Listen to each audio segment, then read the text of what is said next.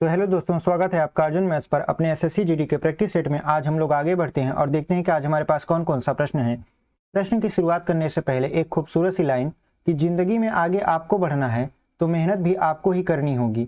अगर मंजिल मिली तो ठीक, अगर ना मिली तो एक अच्छा मुसाफिर तो बन जाओगे। यानी यदि आपको मंजिल ना भी मिलती है तो इसमें आप एक अच्छे मुसाफिर के तौर पर जाने जाओगे। इसी से अपने प्रश्न की शुरुआत करते हैं और देखते हैं कि हमारा पहला प्रश्न क्या है। और यदि आप पहली बार हमारे चैनल पर आए हैं तो हमारे चैनल को जरूर सब्सक्राइब करिए। वीडियो अच्छी लगती है तो लाइक करिए और अपने दोस्तों तक शेयर करिए। हम ऐसे ही एसएससी जीडी का मैथ का प्रैक्टिस सेट आप लोगों के लिए लेकर आते रहते हैं। तो देखिए, जो हमारा पहला प्रश्न है वो कह रहा है कि एक परीक्षा में प्रत्येक ठीक उत्तर के 4 अंक मिलते हैं तथा अशुद्ध उत्तर का 1 अंक काट लिया जाता है। यदि एक विद्यार्थी ने 75 प्रश्न हल किए हों तो तथा उसने 125 अंक मिले हों तो उसके कितने उत्तर सही हैं। यानी एक विद्यार्थी जो है वो कुल 75 प्रश्न सही करता है, मतलब हल करता है, और उसे कुल मिलाजुला के 125 अंक मिलते हैं तो उसके कितने उत्तर सही हैं। तो देखिए, सबसे पहले हम मान लेंगे कि जो सही प्रश्न है वो है आपके यक्स। तो गलत कितने होंगे? तो आपके जो गलत होंगे वो होंगे आपके 75 माइनस यक्स। क्यों? क्योंकि उसने 75 प्रश्न ही सॉल्व किया था। अब देखिए, सही पर उसे 4 अंक मिलते हैं और गलत पर 1 अंक उसका कट जाता है। यानी अगर हम कहें कि यक्स प्रश्न सही है तो उसे 4 यक्स नंबर मिलेगा और माइनस कर देंगे आपका 75 माइनस यक्स और गुणे यहाँ पे कर देंगे 1, तो ये कुल हो जाएगा आपका 125 के बराबर। अब इसको जब सॉल्व करेंगे तो हो जाएगा 4 यक्स माइनस 75 और प्लस यक्स बराबर 125।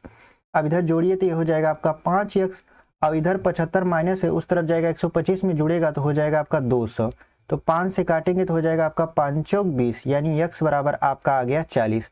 यानी उसने कितना प्रश्न सही हल किया था? तो उसने 40 जो प्रश्न था आपका वो सही सॉल्व किया था। ठीक है, तो कौन सा उत्तर आपका सही हो जाएगा? तो हम देख रहे हैं कि ऑप्शन नंबर बी में 40 दिया है और यही आपका सही उत्तर हो जाएगा। तो उम्मीद करते हैं कि आपको ये समझ में आया होगा। तो बढ़ते हैं अपने अगले प्रश्न में और देखते हैं कि हमारा अगला प्रश्न क्या है। देखिए, जो हमारा अगला प्रश्न है वो बहुत ही शानदार है और बहुत ही आराम से लग जाएगा। देखिए कैसे कह रहा है कि 20 व्यक्ति किसी काम को 30 दिन में समाप्त कर सकते हैं। कितने दिन पश्चात 5 व्यक्ति काम छोड़ दें कि पूर्ण कार्य 35 दिन में समाप्त हो जाएगा। यानी यहाँ पे देखिए 20 व्यक्ति हैं, अगर वो 30 दिन में काम समाप्त करते हैं तो कुल कितना काम होगा? तो कुल काम होगा आपका 600। अब देखिए कह रहा है कितने दिन पश्चात 5 व्यक्ति काम छोड़ दें। तो मान लेते हैं कि यक्स दिन पश्चात 5 व्यक्ति काम छोड़ देंगे। तो जब 5 व्यक्ति काम छोड़ देंगे तो ये बताइए यक्स दिन तक तो 20 व्यक्ति ने कार्य किया तो हो जाएगा आपका उनका कार्य 20 यक्स। उसके बाद प्लस अब 5 व्यक्ति काम छोड़ रहे हैं तो 15 व्यक्ति बचे। अब 15 व्यक्ति कितने दिन तक काम करेंगे? तो पहले 35 दिन तक काम होता था लेकिन यक्स दिन पहले ही काम छूट गया है तो ये हो जाएगा आपका 35 माइनस यक्स और कुल काम कितना था? तो कुल काम था 600। अब देखिए, अब इसको सॉल्व करेंगे आपका आंसर आ जाएगा। तो यहाँ पर हो जाएगा आपका 20 यक्स प्लस, अब देखिए 15 पचे 75 और 15 तिया 45 और 7 कितना हो जाएगा आपका 52। अब देखिए यहाँ पे हो जाएगा माइनस 5 यक्स माइनस 15 यक्स, ये हो जाएगा आपका 600। अब 20 में से 15 को घटाएंगे तो बचेगा इधर 5 यक्स और इधर देखिए 600 में से 525 को घटाएंगे तो बचेगा आपका 75। काटेंगे तो ये आ जाएगा आपका 15, यानी यक्स बराबर कितना हो गया आपका 15। तो कितने दिन पश्चात 5 व्यक्ति काम छोड़ दें कि पूर्ण कार्य 35 दिन में समाप्त हो जाएगा। तो 15 दिन पश्चात यदि काम छोड़ देते हैं तो पूरा काम 35 दिन में समाप्त हो जाएगा। तो कौन सा उत्तर आपका सही हो जाएगा? तो option number A is the right answer. उम्मीद करते हैं कि आपको ये समझ में आया होगा। बढ़ते हैं अपने अगले प्रश्न में और देखते हैं कि हमारा अगला प्रश्न क्या है। उससे पहले यदि आप इसका पीडीएफ प्राप्त करना चाहते हैं तो हमारे टेलीग्राम ग्रुप को जरूर ज्वाइन करिए। हम पढ़ाने के बाद इसका पीडीएफ वहीं पर सेंड कर देते हैं। तो बढ़ते हैं अपने तीसरे प्रश्न में और देखते हैं कि हमारा तीसरा प्रश्न क्या है। देखिए, हमारा जो तीसरा प्रश्न है वो कह रहा है कि 12% की छूट के बाद विक्रेता को 10% का लाभ होता है। अगर वह छूट न देता तो उसे कितने प्रतिशत का लाभ होता? देखिए, सबसे पहले मान लीजिए कि उसका जो अंकित मूल्य था, क्योंकि छूट अंकित मूल्य से ही रिलेटेड है, तो मान लेते हैं इसका अंकित मूल्य 100 रुपया था। अब यदि वह छूट देता है तो छूट कितने का देगा? तो 12 रुपया का। तो 12 रुपया का यदि छूट देता है तो विक्रय मूल्य इसका कितना हो जाएगा? तो आप कहोगे 88 रुपया हो जाएगा। जब यह 100 रुपए के अंकित मूल्य को 88 रुपया में बेचता है तो उसको लाभ कितने का होता है? 10% का। तो सबसे पहले इसका क्रय मूल्य निकाल लीजिए। अब देखिए, जब आप क्रय मूल्य निकालोगे तो हो जाएगा आपका विक्रय मूल्य गुणित 100 बटे, अब देखिए लाभ, लाभ कितना है? 10 है, तो जब 100 में 10 जोड़ेंगे तो 110 हो जाएगा। 1 0 से 1 0 काटिए, 11 1 कम 11, 11 8 88। अब 8 और 10 का गुणा करवा देंगे तो 80 हो जाएगा। यानी खरीदा था 80 रुपया में, अंकित मूल्य किया 100 रुपया और बेच रहा है किसमें? 88 रुपया में। अगर वह छूट न देता, मतलब अगर वह 12% की छूट न देता तो कितने में बेचता? तो बेचता आपका 100 रुपया में, क्योंकि अंकित मूल्य उसने 100 रुपया अंकित कर रखा था। अब खरीदा है 80 रुपया में, बेच रहा है 100 रुपया में, तो कितने का लाभ हुआ? तो आप कहोगे जी 20 रुपये का लाभ हुआ।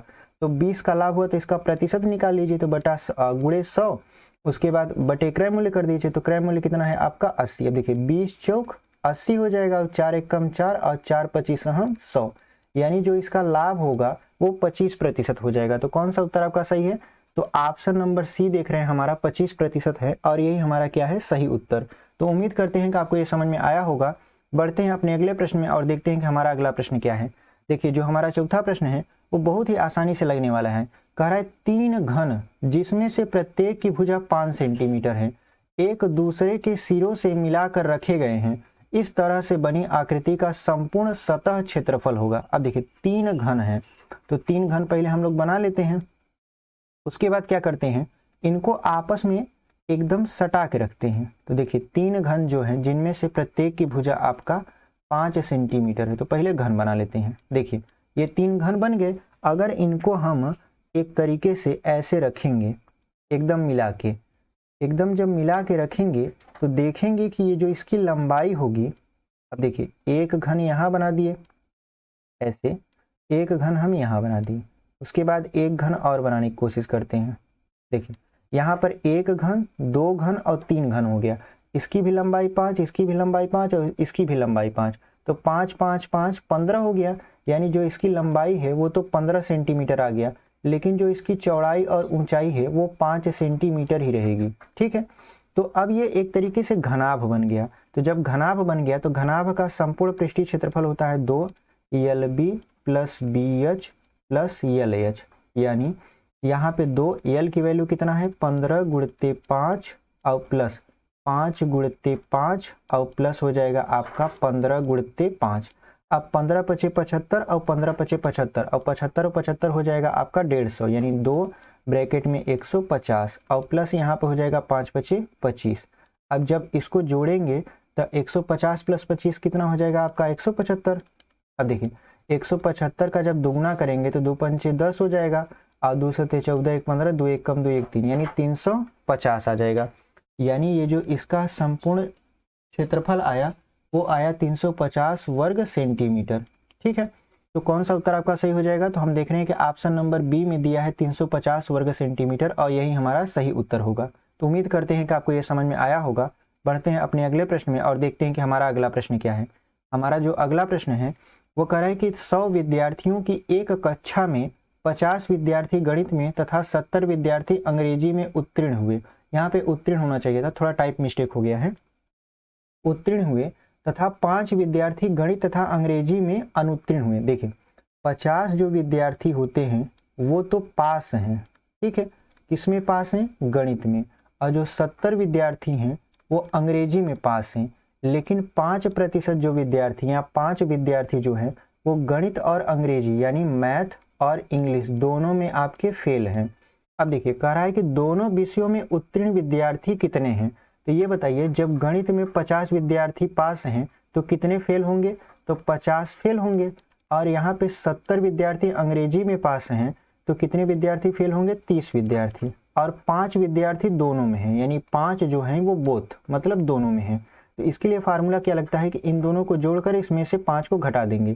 तो जब आप 50 और 30 को जोड़ोगे तो हो जाएगा 80, 80 में से जब आप 5 को माइनस करोगे तो हो जाएगा आपका 75, यानी 75% विद्यार्थी ऐसे हैं जो दोनों विषयों में फेल हैं।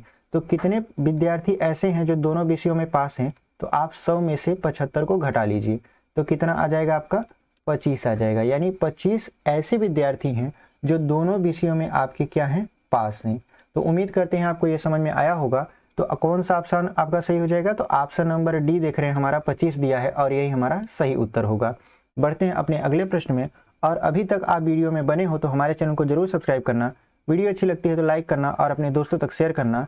हम ऐसे ही एसएससी जीडी का प्रैक्टिस सेट आप लोगों के लिए लेकर आते रहते हैं। तो बढ़ते हैं अपने अगले प्रश्न में। देखिए जो हमारा छठवां प्रश्न है वो कह रहा है कि प्रतीक ने 20% लाभ पर कार्तिक को एक म्यूजिक सिस्टम बेचा और कार्तिक ने इसे स्वस्तिक को 40% लाभ पर बेचा। यदि स्वस्तिक ने म्यूजिक सिस्टम के लिए 10,500 रुपया अदा किए तो प्रतीक ने उसके लिए कितनी राशि अदा की थी। इसके लिए क्या होता है, एक फार्मूला लगता है P गुणित 100 गुणे 100 बटे यहाँ पे होता है 100 प्लस R1 और यहाँ पे हो जाता है 100 प्लस R2। ये कब होता है, जब 3 व्यक्ति हों और लास्ट वाला व्यक्ति पैसा दे। तो लास्ट वाला व्यक्ति यहाँ पे कितना पैसा दे रहा है, 10,500। तो 10,500 गुणित लिख देंगे 100 गुणित 100। अब पहला वाला कितने लाभ पर बेचा था, तो 20%, तो 100 में 20 जोड़ेंगे तो हो जाएगा 120।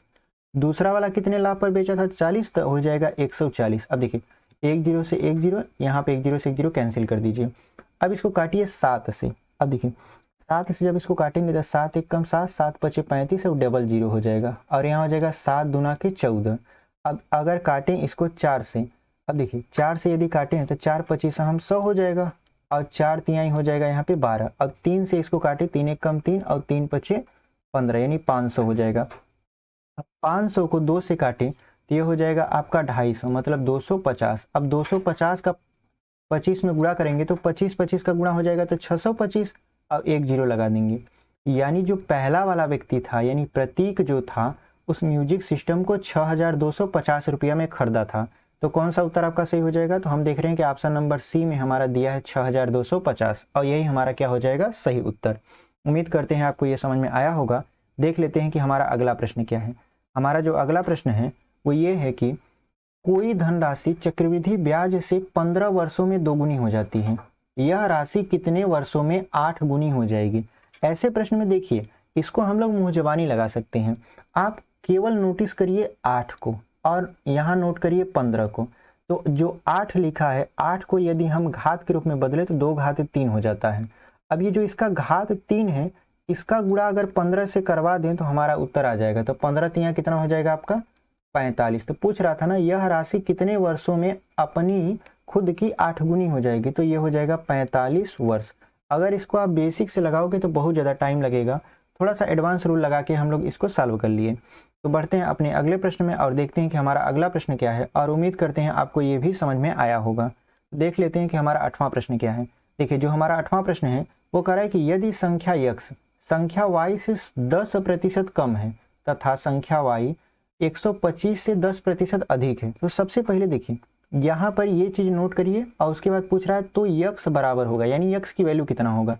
तो ये कह रहा है कि जो y है वो 125 से कितना प्रतिशत अधिक है, तो 10, तो हो जाएगा यहाँ पे 110 बटा के 100।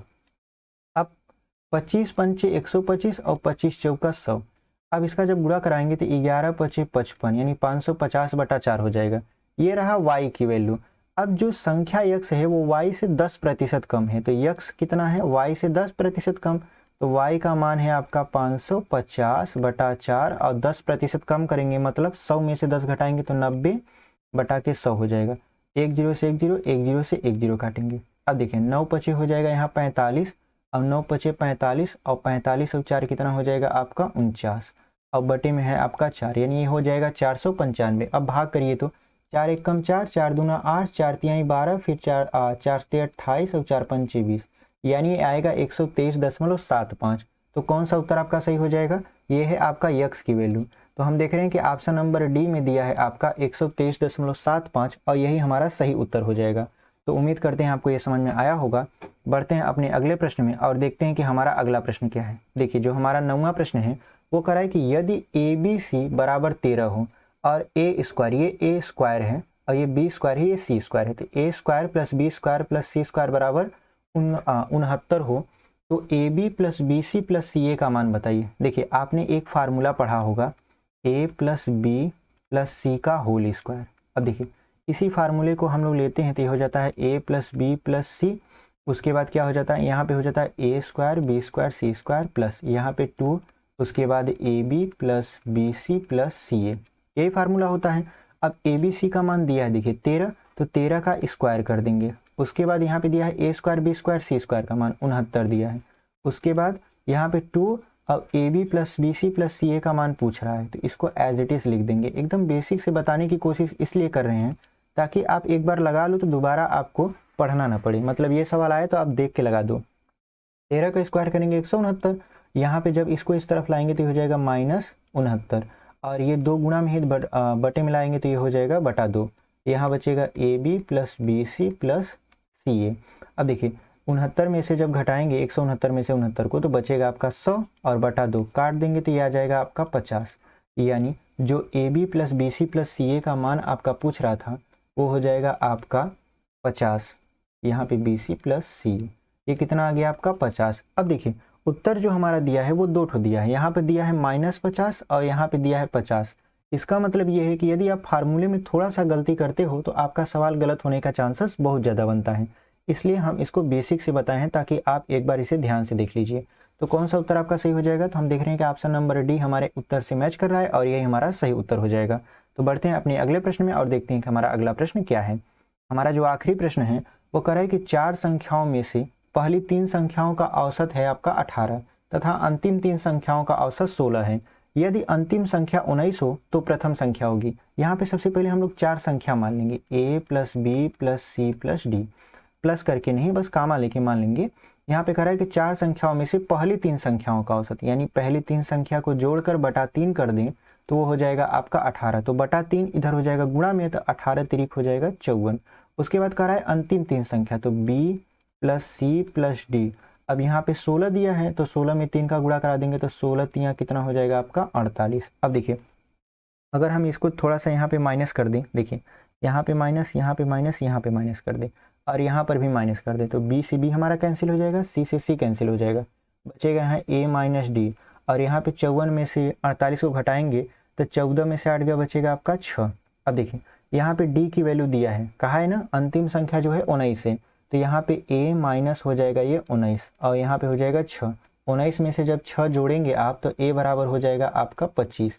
यानी जो पूछ रहा था प्रथम संख्या क्या होगी, तो प्रथम संख्या हमारा 25 होगा।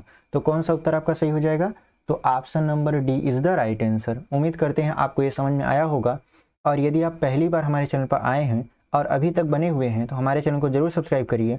हम आपके लिए एसएससी जीडी का प्रैक्टिस सेट लाने की कोशिश करते हैं जिसमें 10 प्रश्न हम रोज़ सॉल्व करवाते हैं। और यदि आपको इसका पीडीएफ चाहिए, इस पूरे सवाल का जो पूरा हम अभी सॉल्व किए हैं, तो इसका पीडीएफ हमारे टेलीग्राम चैनल पर मिल जाएगा। तो मिलते हैं आपसे अगले वीडियो में, तब तक के लिए धन्यवाद और उम्मीद करते हैं कि आपको ये पसंद आया होगा।